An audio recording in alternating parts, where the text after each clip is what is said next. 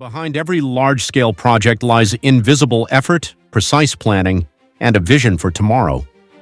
ARA Infrastructure is not just building structures today, it is shaping the future. At a time when India is moving towards solar energy, every foundation we lay becomes a step toward a sustainable tomorrow. This is not ordinary construction, this is nation building.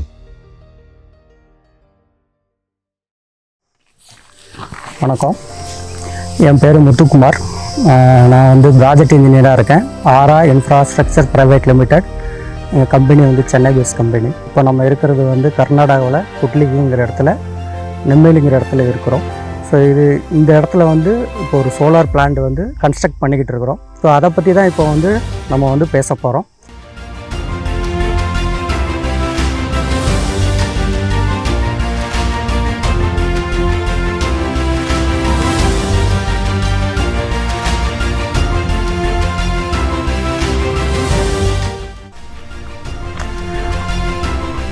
இப்போ நம்ம பண்ணிகிட்டு இருக்க ப்ராஜெக்டோட name வந்து காண்டினியம் green energy. இது வந்து black 2 மொத்தம் வந்து நம்மகிட்ட ஐடிசி வந்து 5 ஐடிசி இருக்குது. இது இப்போ நம்ம பண்ணிக்கிட்டு இருக்கிறது ஒரு ஐடிசி. இந்த ஒரு ஐடிசியோட ஏரியா மட்டும் பார்த்திங்கன்னா 80.71 ஏக்கர்ஸ். பவுண்ட்ரி காம்பவுண்ட் வாலோட பவுண்ட்ரி பண்ணிங்கன்னா 3.65 கிலோமீட்டர் இருக்குது. இப்போ நம்ம ஃபைல் பார்ப்போம். இது வந்து சிங்கிள் ஃபைலு. இதே மாதிரி நம்மகிட்ட 6180 ஃபைல்ஸ் இருக்குது. இதில் வந்து பார்த்திங்கன்னா 10 ஃபைல் சேர்ந்தது ஒரு டேபிள், 5 ஃபைல் சேர்ந்தது ஆஃப் டேபிள். இப்போது 30 டேபிள் சேர்ந்து 1 மெகாவாட்டு கொடுக்கும். இதனுடைய டோட்டல் மெகாவாட் எவ்வளோன்னு பார்த்தீங்கன்னா இந்த ப்ராஜெக்டோடது 70.4 மெகாவாட்டு. நம்ம ஃபைலை பற்றி பார்க்க போகிறோம். ஃபஸ்ட்டு இதில் வந்து பார்த்திங்கன்னா ஸ்டாண்டர்ட் படி இதில் வந்து ஏரியா ஃபுல்லாகவே ராக்கு, மலை ஏரியாவாக இருக்கிறதுனால நம்ம வந்து இதில் ட்ரில் பண்ணச்சில் நம்ம வந்து பார்த்திங்கன்னா டிடிஹெச் தான் யூஸ் பண்ணோம். இதில் வந்து டிடிஹெச் யூஸ் பண்ணலாம், ஆகர் யூஸ் பண்ணலாம். ஆகர் வந்து களிமண் அந்த மாதிரி ஏரியானா ஆகர் யூஸ் பண்ணலாம். இது மலை ஏரியாங்கிறதுனால டிடிஹெச் யூஸ் பண்ணியிருக்கிறோம். இதனுடைய டெப்த்து பார்த்திங்கன்னா 1.4 மீட்டர் இதில் டெப்த் இருக்குது. ஸோ இதில் வந்து M25 காங்கிரீட்டை நம்ம யூஸ் பண்ணியிருக்கிறோம். இது வந்து போஸ்ட்டு, சி போஸ்ட்டு. இந்த போஸ்ட்டுக்கு கீழே ஒரு கனெக்டிங் போஸ்ட்டு ஒன்று இருக்குது. அதுக்கப்புறம் இதை காங்கிரீட் பண்ண பிறகு இது வந்து பார்த்திங்கன்னா எம்எம்எஸ். இதுக்கப்புறம் நம்ம ஃபிக்ஸ் பண்ண போகிறது வந்து இதுக்கு மேலே பார்த்திங்கன்னா இது மாதிரி பர்லின் ஃபிக்ஸ் பண்ணணும். இதுதான் வந்து பர்லின்னு. நம்ம ஒவ்வொரு எம்எம்எஸ் இதையும் கனெக்ட் பண்ணுறதுக்காக பர்லின் யூஸ் பண்ணுறோம். இதை ஃபிக்ஸ் பண்ணி டைட் பண்ணி அலைன்மெண்ட் பண்ண பிறகு தான் நம்ம வந்து மாடல் ஃபிக்ஸ் பண்ண முடியும். ஒரு டேபிளில் 52 மாடல் வரும். ஸோ கீழே ஒரு லேயர், மேலே ஒரு லேயர், 2 லேயராக வரும். இதே ஆஃப் டேபிள்னால் அதில் பாதி தான் வரும்.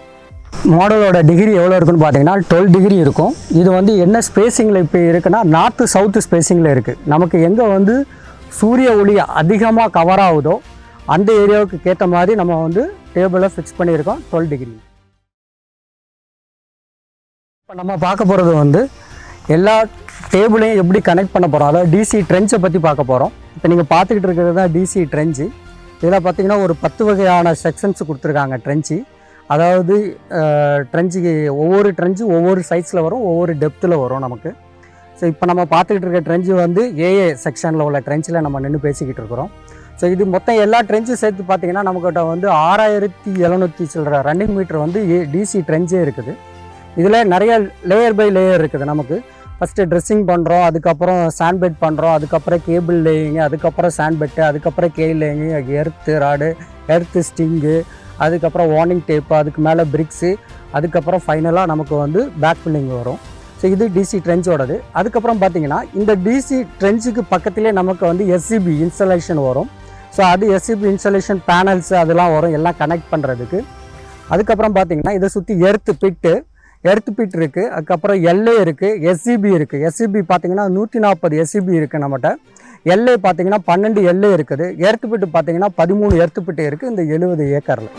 இந்த பிளாக் 2ஓட டிசி கெப்பாசிட்டி பார்த்திங்கன்னா 21 மெகாவாட்டு, ஏசி பார்த்திங்கன்னா 13 மெகாவாட்டு. ஸோ இந்த டிசியிலேருந்து எங்கே போகுதுங்கிறத நான் உங்களுக்கு காட்டுறேன் வாங்க. இப்போ நம்ம எந்த இடத்துல வந்து நிற்கிறோன்னா ஐடிசி 01ங்கிற இடத்துல வந்து நிற்கிறோம். ஸோ நம்ம ட்ரென்ச்சிலேருந்து வந்தோம். ஸோ டிசி ட்ரென்ச்சிலேருந்து வந்து இப்போ பார்த்திங்கன்னா பின்னாடி டிரான்ஸ்ஃபார்மர் இருக்குது. ஸோ இதுக்கு கீழே இருக்கிறது தான் ஐடிசி ஃபவுண்டேஷன் சொல்கிறேன். இது நம்ம போட்ட ஃபவுண்டேஷன். இதில் வந்து இப்போ இன்ஸ்டாலேஷன் பண்ணிட்டோம். இதுக்கப்புறம் பார்த்தீங்கன்னா லெஃப்ட் சைடில் ஒரு இன்வெர்ட்டர் 1, 2, 3 இருக்குது. ரைட் சைடில் பார்த்தீங்கன்னா இன்வெர்ட்டர் 1, 3, 4 இருக்குது. இதுக்கு ஆப்போசிட் அந்த சைடில் பார்த்தீங்கன்னா ஐசிஜிஓ இருக்குது. ஸோ இந்த இன்வெர்ட்டர் மூலமாக தான் நமக்கு வந்து டிசியை கன்வெர்ட் பண்ணி ஐசிஜிக்கு ஏசியாக நமக்கு கொடுக்குது. இதுலேருந்து தான் நமக்கு வந்து பவர் வந்து ஸ்டோர் ஆகுது. இதுக்கப்புறம் இந்த பவர் வந்து சப்ஸ்டேஷனுக்கு நம்ம வந்து கொடுக்குறோம். ஸோ நம்ம இன்வெர்ட்டர் எல்லாத்தையும் பார்த்தோம். இப்போ இதில் வந்து 2 ஆயில் டேங்கு வரும், ஒரு ஆக்சிலேட்டர் ஃபவுண்டேஷன் வரும். அதுக்கப்புறம் எல்லாம் முடிஞ்ச பிறகு பார்த்தீங்கன்னா இதில் ஃபென்சிங் சுற்றி 2 விக்கெட் கேட் வரும். இப்போ எனக்கு பின்னாடி இருக்கிற மிஷினரிலாம் நீங்கள் பார்த்துருப்பீங்க இந்த ப்ராஜெக்ட்டுக்கு யூஸ் பண்ணது. நம்மளோட காங்கிரீட் வந்து M20 காங்கிரீட்டு. அதுக்கு வந்து நம்ம யூஸ் பண்ணது வந்து 2 இதில் நம்ம யூஸ் பண்ணோம். ஒன்று ரெடிமிக்ஸ் போனோம் RMC, இன்னொன்று பார்த்தீங்கன்னா சைட்டில் கோப்பிங் காங்கிரீட்டுக்கு சின்ன சின்ன காங்கிரீட்டுக்கு நம்மளுக்கு பின்னாடி அஜாக்ஸ் இருக்குது. ஸோ இதை வச்சு நம்ம M25 மிஷின் வச்சு போட்டோம். அப்புறம் நம்மளுடைய டிசி கேபிள் ட்ரென்ச்சஸ் எல்லாம் பார்த்தீங்கன்னா இந்த சைடில் JCB இருக்குது. இதை வச்சு தான் நம்ம வந்து ஃபுல்லாக எக்ஸ்கவேஷன் பண்ணி வச்சுருக்கிறோம். இப்போ இந்த பிளாக் 2 ப்ராஜெக்டில் பார்த்தீங்கன்னா நம்மகிட்ட ஹேண்ட் ஓவர் பண்ணச்சில் இது வந்து 80 ஏக்கர் வந்து பார்த்திங்கன்னா அண்டிலேஷனோடு இருக்கும், சின்ன சின்ன செடி கொடி அந்த மாதிரிலாம் இருக்கும்.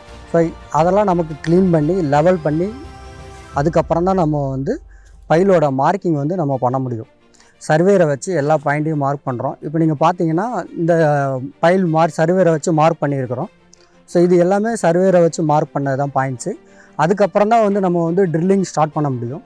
ஸோ ட்ரில்லிங் ஸ்டார்ட் பண்ண பிறகு 1.4 டெப்த்து போன பிறகு ஸோ நமக்கு வந்து இன்ஸ்டாலேஷன் இருக்குது, அதாவது பைல் கேஸ்டிங் இருக்குது. அந்த கேஸ்டிங் பண்ணுறதுக்கு முன்னாடி இந்த சி போஸ்ட் இருக்குது.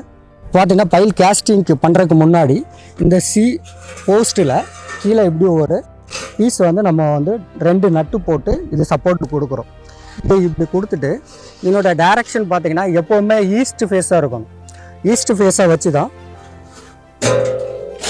உள்ளே இறக்கிட்டு போஸ்ட்டை உள்ளே போட்ட பிறகு பார்த்தீங்கன்னா இந்த டெம்ப்ளேட்டை வச்சு தான் நம்ம வந்து அலைன்மெண்ட் பண்ண முடியும். ஸோ 10 டேபிளாக நம்ம அலைன்மெண்ட் பண்ணுறோம். ஸோ அலைன்மெண்ட் பண்ண பிறகு கிளியரன்ஸுக்கு RFIலாம் ரைஸ் பண்ணி செக்கிங்லாம் பண்ணி கரெக்டாக இருக்கான்னு பார்த்துட்டு ஹைட்டு பார்த்தீங்கன்னா 99 இருக்கணும், கிரவுண்ட் லெவல்லேருந்து 99 இருக்கணும். ஸோ நமக்கு வேரியேஷன் பார்த்தீங்கன்னா அந்த எண்டுக்கும் இந்த எண்டுக்கும் பார்த்தீங்கன்னா 100, அதாவது 100 mm வந்து நமக்கு வந்து கொஞ்சம் வச்சுக்கலாம். ஆனால் லைன் மட்டும் மிஸ் ஆகிடக்கூடாது.